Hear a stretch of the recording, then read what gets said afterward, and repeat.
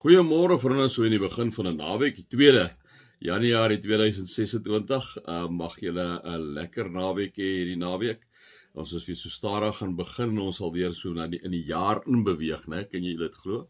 Maar mag dit vir julle 'n wonderlike dag en 'n naweek wees. Kom ons raak net so vir 'n wyle stil.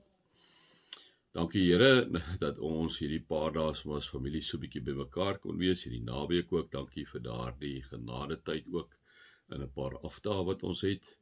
Baie dankie Here vir hierdie nuwe jaar wat voor ons lê. Baie dankie dat ons vir U kan kom sê en vir U kan kom vra en sê, Here God, wees by ons, staan vir ons by en lei vir ons asseblief. Amen. Vriende, mag daar vir julle genade en vrede en oorvloed wees, omdat julle God ken, Jesus ken en die Heilige Gees ken. Vriende, ons gaan nou aan hierso by Kolossense, maar die stukkie wat ons nou gaan lees, is crucial. Want ons moet weer lees in die agtergrond van die konteks. Hoekom sê Paulus hierdie spesifieke gedeelte, deel hy dit met hierdie mense in Kolossense? Nou, ek en jy moet onthou, vriende, dat onthou Paulus was die apostel van die heidene. Ons moet dit altyd onthou. So Paulus, die plekke wat hy gestig het, die plekke, die gemeentes wat daar is, was heidense mense wat tot bekering gekom het, vir Jesus Christus aangeneem het in hulle lewe. So hulle kom uit 'n heidense omgewing uit. Nou kan julle nou dink, vriende, as hier ander dwaalleringe en goeders is wat taamlik dieselfde klink, as die Christendom, maar ook bykie aanskakel by hulle tyd toe hulle nog heidene was, dan raak die mense verward en baie maklik, dan val hulle vir hierdie dwaalleer, asof dit die regte een is, want dit klink aan so eg.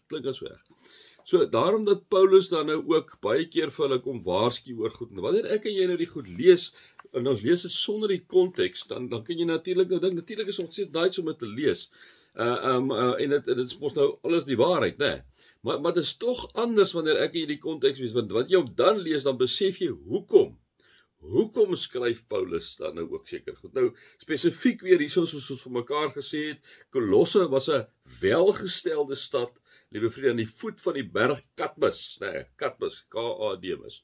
Nou kan jy nou dink, liewe vriende, onthou weer eens, dit was mense wat uit die heidendom uit Christene geword het. Nou sien ons, in hierdie tyd was daar dwaalleraars, soos ek vir julle gesê het, hierdie ouens wat askese beoefen het, hulle het hulle self met messe geslaan, liewe vriende, dit gaan vir hulle oor om 'n onthouding van wêreldse plesiere, gegaan oor godsdienstige en spirituele diepte eintlik in hulle lewe te kry, so dit gegaan oor die selfkastyding, en dan sien ons dat dit ook allerlei gissinge oor die ontstaan van die wêreld meegebring, uit hierdie dwaling hierso uit. Dan sien ons hierso, hulle was ook mense gewees wat die hele tyd hoër kennis gesoek het. Hulle het engele vereer, liewe vriende, allerlei goggas, Dit kom uit die afgodendom uit. Die gnostiek het natuurlik hoogtyd gevier wat ek en jy kan verstaan vandag al gesien, maar hulle vang net twak aan, skei die liggaam en die siel, want dit ken julle in hierdie tyd, goed gnosis kennis, hulle het geglo, dat die goddelike saad, die liggaam behoort aan 'n bose God, so solank as hulle hierdie geestelike verhouding met God het, is alles daarna, So nou kan julle nou dink ons nou, dat die sentrale plek van Jesus word afgebreek, want jy kan nie sonde doen nie, want die liggaam behoort aan die sondige God, maar jy het hierdie verhouding met God, so wat se plek, wie kom sterf vir ons sondes, want dit is nie vir hulle volgens hulle sonde, want die liggaam van jou aardse liggaam behoort aan 'n materiële God, nie materiële God, maar aan 'n God, So, Jesus se sentrale plek word inderdaad afgebreek. Ons sien hulle het 'n geestelike leier op daai stadium gehad, liewe vriende, so hulle het nou sommer met 'n paar ander mense gaan praat, op die ouende beklei, en soos hulle op die ouende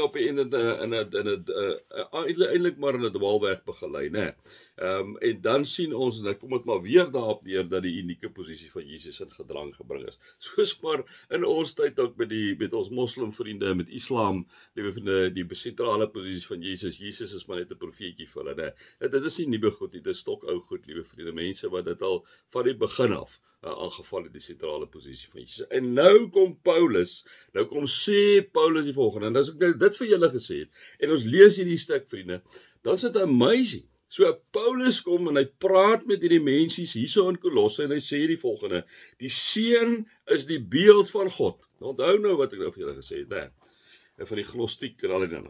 Die seun is die beeld van God, wat self nie gesien kan word nie. Die seun is die eerste verhewe bo die hele skepping, kom sê hy vir die mense in Kolosse. God het deur hom alles geskep wat in die hemel en op die aarde is. Alles wat gesien kan word en alles wat nie gesien kan word nie. Konings, heersers, maghebbers, gesagvoerders, alles is deur hom en vir hom geskep. Kom sê Paulus vir die mense wat tussen die dwaalleraars is. Alles is deur hom en vir hom geskep. Voor alles was hy al daar. Daar kom sê hy, is ons by die drie eenheid waar ons sê Jesus was van alle jare af daar, God die Vader, Seun en Heilige Gees, né? Voor alles was hy al daar en deur hom bly alles in stand. Hy is die hoof van die liggaam van die kerk. Hy is die oorsprong daarvan. Hy is die eerste, die een wat uit die dood opgestaan het sodat hy die eerste plek in die heelal kan inneem. God het besluit om met sy volle wese in hom te woon. God het besluit om met sy volle wese in hom te woon. En om deur hom alles met homself te versoen.